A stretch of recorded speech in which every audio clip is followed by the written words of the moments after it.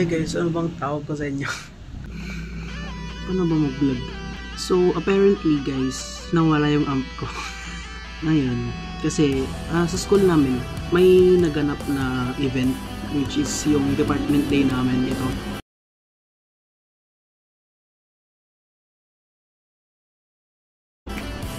After nun pala, may long weekends na nangyari, which is 1 week yun, October to November. So, iwan ko yung gitara ko, which is ito, Ibanez GRG 270 series yan.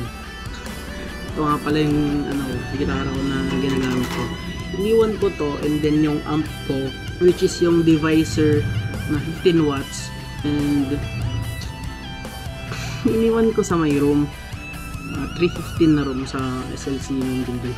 So ngayon, ang sa sobrang tanga ko, wala na akong ginagamit na amp. So, solusyon dyan, may speaker ako dito na stereo pang PC or kahit anong TV na hindi ko na ipapakita kasi magulo. Ginagamit ko ngayon is ito. Review natin yan guys. X5 metal siya na pag sinaksak mo dito, pwede mo siya isaksak sa AUX headphones or any speaker na pwede mong pagsaksakan dito, and magtutunog siyang metal talaga. And ayan, i-review natin to guys. Ito yung ginagamit ko kasi wala na akong amp. Meron siyang baliktad siguro, meron siyang gain knob dito, and knob or ewan ko kung anong tawag dyan, tone knob, and volume, tsaka yung saksakan ng MP3 mo para kunwari nag-play ka ng ganyan, nakasaksak sa mismong speaker, and then ayan, pwede mong saksakan siya ng another AUX para mag-play ka in background, parang ganun. Ito yung on-off nya, on-off switch, yung light indicator, tapos yung AUX na isasaksak mo sa may speaker. Nag-ground down nga pala tayo guys.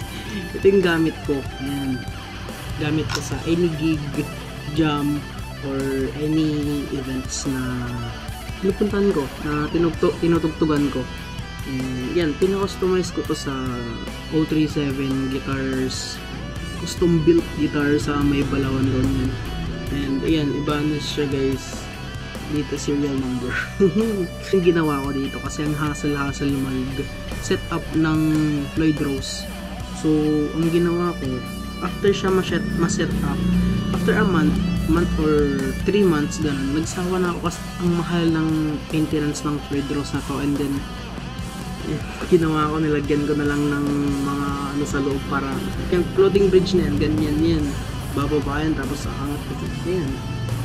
And then, before ko siya pinaset up, binilhan ko siya ng mga bagong pyesa nito.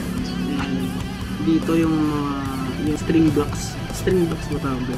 And then itong local lang na nut, locking nut na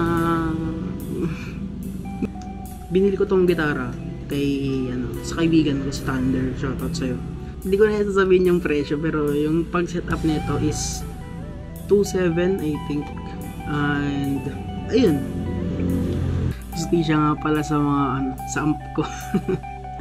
Nireport ko na siya sa council namin sa school, and wala naman nag-surrender. So ayun, I hope na sipagin pa ako maggawa ng mga ganitong content.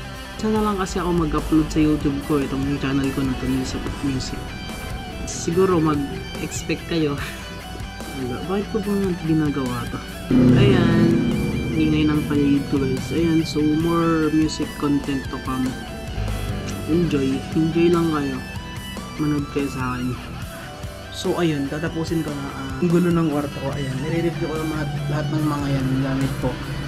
Thank you for watching. Bye bye.